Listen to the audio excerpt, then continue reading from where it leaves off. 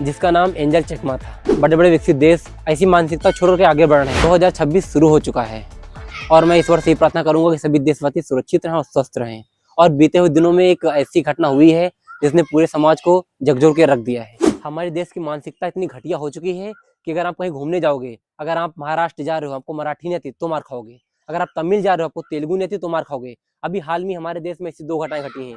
एक जो है हमारे रंग रूप पे घटी है, एक भाषा को लेकर घटी है। मैं आपको पुरानी घटना बताने जा रहा हूँ। एक महाराष्ट्र की लोकल ट्रेन में एक लड़का सफर कर रहा होता है। वहीं कुछ लोग उसे मराठी बुलाते हैं और वो मराठी बोलता भी है और कुछ शब्द जो है इसके हिंदी के निकल जाते हैं। तो वहाँ के लोग उसके साथ काफी दुर्व्यवहार करते हैं, उसे मारते पीटते हैं। इसी के दुख में आकर के वो फांसी लगा लेता है। और मैं आपको दूसरी घटना बताने जा रहा हूँ जो कि हाल में हुई है। एक 24 वर्षीय MBA छात्र जिसके पिता BSF के जवान हैं, जिसका नाम एंजल चकमा था। वो और उसका भाई किसी काम की वजह से बाहर जा रहे थे। कुछ अज्ञात लड़कों ने उन्हें किसी बहाने से रोका और उनके साथ काफी दुर्व्यवहार किया गया, उनकी भाषा को देख करके और उसकी वेशभूषा को देख करके। कुछ लोग उसे चाइनीज बोले थे और कुछ लोग उसे चाइना मोमो इस अपमानजनक शब्द के साथ उसकी बेइज्जती कर रहे थे। और उसने अपनी सफाई में यही बोला कि तुम लोग जितने भारतीय उतना भारतीय हम भी हैं।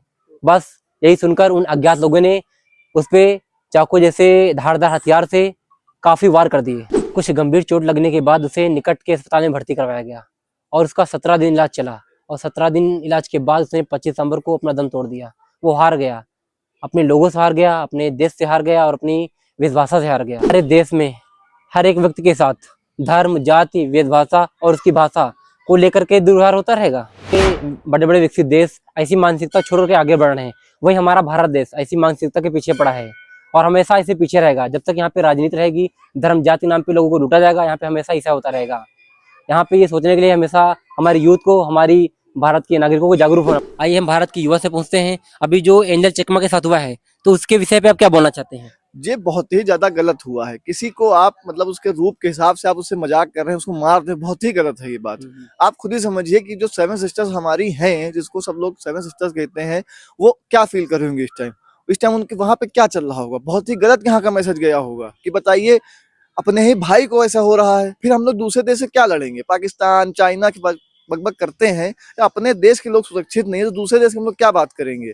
वो दूसरे देश हैं, देखो अपने बगल में चाइना है, वो यूथ पे आगे बढ़ रहा है, वो काम कर रहा है, ना कि हिंदू मुस्लिम कर रहा है। इस मुद्दे यहाँ सबसे ज्यादा राजनीति खराब है।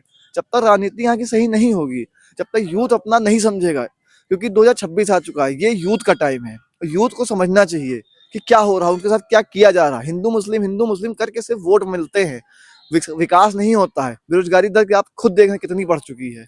अगर ऐसे चलता रहा तो बेरोजगारी और बढ़ेगी, कम नहीं होने वाली है। यहाँ का मामला और खराब होगा, यहाँ का माहौल खराब होगा। अब हम लोग आपस में लड़े जा रहे हैं, जो जहाँ कभी जिंदगी में लड़ाई कभी सुनते नहीं थे कि हिंदू मुस्लिम हो सकती है, अब वहां भी हिंदू मुस्लिम लड़ाई होती है। समझ रहे हैं? तो इसलिए यूथ को समझना चाहिए कि जो लड़ाना चाह रहे हैं उनके सबके लड़के तो आराम से मजे से पढ़ रहे हैं, लिख रहे हैं। आपको दिखते हैं कोई लड़के? एक को दिखते हैं, दिखेंगे भी तो बड़े बड़े पदों पे दिखेंगे।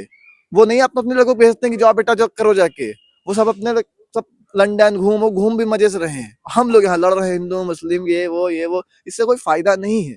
तो इसलिए इस मुद्दे को खत्म होना चाहिए, यूथ को समझना चाहिए, यूथ को जागरूक होना चाहिए और यूथ को देखना चाहिए, विकास की तरफ बढ़ना चाहिए। हिंदू मुस्लिम से कुछ नहीं होगा, काम धंधा करे। बहुत बहुत धन्यवाद। जैसे इस युवा ने बोला, हमें भारत के आने वाले यूथ पे ही उम्मीदें हैं, तो हम अब आशा करते हैं जात धर्म को लेकर के अब विवाद नहीं होंगे, इसमें भेदभाव नहीं होगा।